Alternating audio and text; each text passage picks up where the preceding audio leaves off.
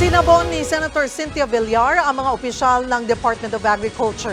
Kaugnay ito sa planong gumastos ng bilyon-bilyong piso para makapag-import ng chemical fertilizers. Nasa frontline ng balitang yan, si Mayan Los Baños. Sermon agad ang inabot ng mga opisyal ng Department of Agriculture sa pagpapatuloy ng Senate hearing para sa budget ng ahensya sa susunod na taon. Sinita kasi ni Senator Cynthia Villar ang halagang 10 bilyong piso para mag-import ng chemical fertilizer. Tanong ng senadora, bakit kailangan pang bumili ng pataba mula sa ibang bansa kung marami namang basura na pwede namang gawing organic fertilizer? Ang kailangan lang daw ay bumili ng composting machine para maging fertilizer ang mga basura. Hindi ko ma-imagine na maggagasta tayo ng 10 billion for inorganic fertilizer na masama naman sa soil natin. 38% of the soil of the Philippines are degraded. And ang dami-dami natin basura. Kitchen and garden waste comprise 50% of our waste. Nagkalat lang yan. Aba, 10 billion? Asya-shock ako sa 10 billion. O para sa importation of fertilizer. Nasisyak ako doon. Hirit pa ni Villar, tila na pag-iiwanan na ang Pilipinas na panay-panay raw ang import. Alam mo, nung araw, tayo pinakasikat.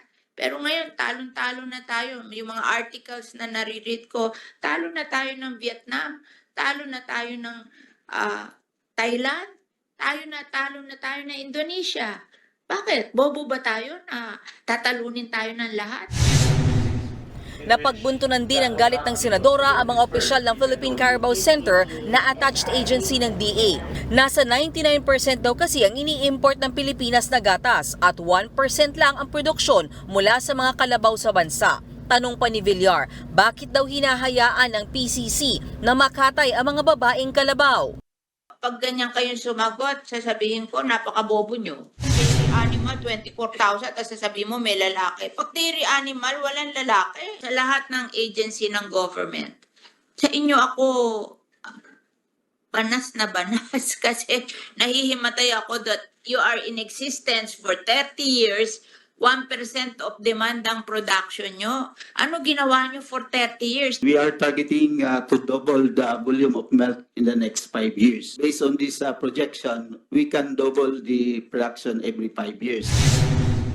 Pati issue sa isda, inusisa rin ng mga senador. Tanong ni Senador J.V. Ejercito, ano raw ba ang meron sa West Philippine Sea at pinupuntirya ito ng China? Sagot ng Bureau of Fisheries and Aquatic Resources. Nandiyan sir yung ating galunggong. These are straddling fish stocks. Mainly, our galunggong fishing ground is in the West Philippine Sea.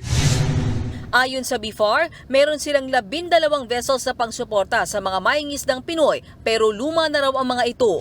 Suwestiyon naman ni Senator Cynthia Villar sa DA lalo't kine-question ang hinihingi nilang 50 million pesos na confidential funds. Maaring ipambili na lang daw ito ng BIFAR ng mga sasakyang pandagat para maprotektahan pang lalo ang ating mga mangingisda sa West Philippine Sea.